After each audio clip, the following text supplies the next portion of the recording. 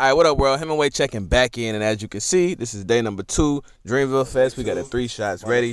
Me, my dog Jay, my dog Var, the gang. You know what I'm saying? Turning up. Now, we did forget that not only was it Sunday, it was Palm Sunday, so the liquor store was super closed, and that was our last little bit of liquor. So we started off the day right with the shots. As you can see, I rolled up. We got right because one thing about me and the gang, we gonna smoke before we come. So, anyways, we back out here. This is the first stage of the day. And this is the first time that we heard Stick for today. This is Jid performing it. Actually, no, this is the second time because Boss was on right before him. And, no, I'm lying. Boss isn't even on Stick. So, anyways, nonetheless, they did Stick like 8 times today. You know what I'm saying? I got to see it again when Cole came back at the end and did his verse. But the first stage was lit. So I can't remember if it was Boss or if it was Jid that bought out Ferg for one of the tracks that they got together on the Revenge of the Dreamers album. But nonetheless, man, shit was popping. As you can see, people was back out here now. Saturday was what we dubbed as Yamville.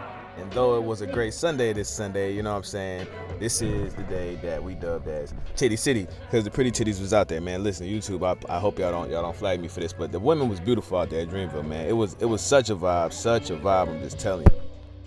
Speaking of beautiful women and vibes, we have Miss Summer Walker. I can't really remember if, you know what I'm saying, she's still pregnancy or post-pregnancy or whatever, but nonetheless, like, the body looked good. She did her thing. The girls need love. The girls love the set.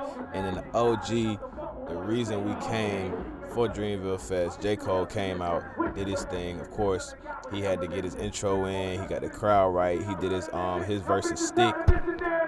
I ain't heard who that in God knows how long, man. So it was dope to not only hear it, but see him perform it. And I've actually seen Drake before, but this is my first time seeing Cole. And though I'm a fan of both of them, I probably would say I'm more of a fan of Cole just because of, coming up as an artist and stuff like that. He probably got a little bit more. They both got influence on me, but I just hadn't seen Cole in person, man. I seen Drake once in 2014, 2015, Club Paradise 12 when he had Kendrick. He had ASAP. I said ASAP, oh my. But I walked right into Kendrick doing some joints off of Section 80 that back then, so it was dope to finally see Cole. I got to rap for him for a concert one time, or outside for some of his peoples, you know what I'm saying? But anyways, Cole out here doing his thing. He got his people live, you know what I'm saying? Again, this was a huge family vibe. That little section over there to the right that I just turned by, that was like a little VIP club. They was jamming up there, man, you know what I'm saying? It was definitely a vibe. So Cole just started talking to the people. Then he got to that point to where he did his verse from Stick. He said he hadn't been able to get that off yet, so we got to see that. And man, I'm telling you, he brought the whole crew out. It was dope to get them all there at the end of the day, because we heard certain verses from certain songs all day. So of course, we kind of called it that they was gonna come together at the end of the night for the big dog, for the CEO. You know what I'm saying, for Big Bro, come through, everybody on the stage while he doing his verse. Man, that shit was dope to see, you know what I'm saying? We was a little sticked out. But nonetheless, it was all love. Now, once Cole got done with his set, he kind of did a halfway set, and of course, they brought out the boy. It was already lit up for Cole, and you're going to get love for Cole and all that. But as you can see, the boy had that thing lit up, man. You know what I'm saying? They blacked out the stage, all these camera phones and all these lights out. Like, Drizzy came through and, he brought the energy. So, of course, Drake did what he did. He said he was going to touch some things on from his catalog that he ain't really performed yet. So he wasn't out there doing the hits. He was out there doing the essentially the B-sides. But, if you know Drizzy, either way, his hits is his hits, man. So people was out there vibing. It was rocking. And then next thing you know, man, he started talking about he had the pack on him and this, that, and the third. And this boy done bought out Uzi, man. This boy done bought out Uzi Vert. And in my head, I was like, yo, there was a few of them that made sense to me. But when Summer Walker bought out Black, I was like, oh, okay, damn, that's crazy. But that's why I mentioned the pregnancy thing, because I know right now I don't think she can really sing how she, you know what I'm saying, she usually be getting her bag, because that just take a lot out of a woman. So she brought out she let her background singer kill it. She brought out Black. And then Drake brought out Uzi, but it makes sense because my dog was like, yo, JT's in town. The City Girls did perform, so that added up. Now, of course, it would have been dope to hear Wayne, you know what I'm saying, like come out in person, but I did not expect Wayne to come out, bro. So when Wayne came out, bro, everybody lost their shit, bro, because it's just like legendary after legendary after legendary. The boy Drizzy really brought it in, man. He really brought it home with everybody he brought through, man. Wayne came through, did his YOLO verse.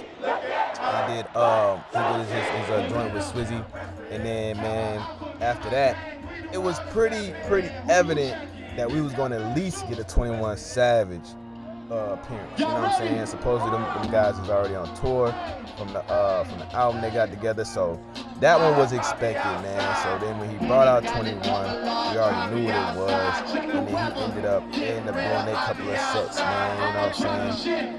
Came back around. He made sure that he had not only showed love to Cole, but he had the crowd show love to Cole. They came through with the Whitney Houston, you know what I'm saying? I Will Always Love You.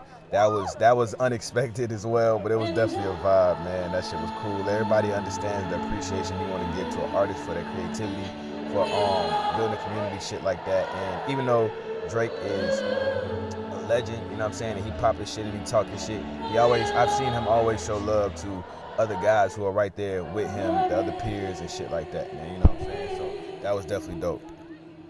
Now, after that, the dog Cole came back out on stage. Of course, he act like he didn't know how to finish it, how to follow up Whitney Houston and I Will Always Love You. But he ended it, killing it with no role models. And at that point, I just went ahead and put the phone up for the rest of the night, and I just enjoyed the rest of the moments, man, the last few minutes there, because, again, the whole thing is to not only experience it, but have memories. So I probably don't got as much clips as some people, man, but shit was a vibe. We definitely gonna be back next year. Bro, so was it the crazy nigga that made us all stand for earlier? All these beautiful people.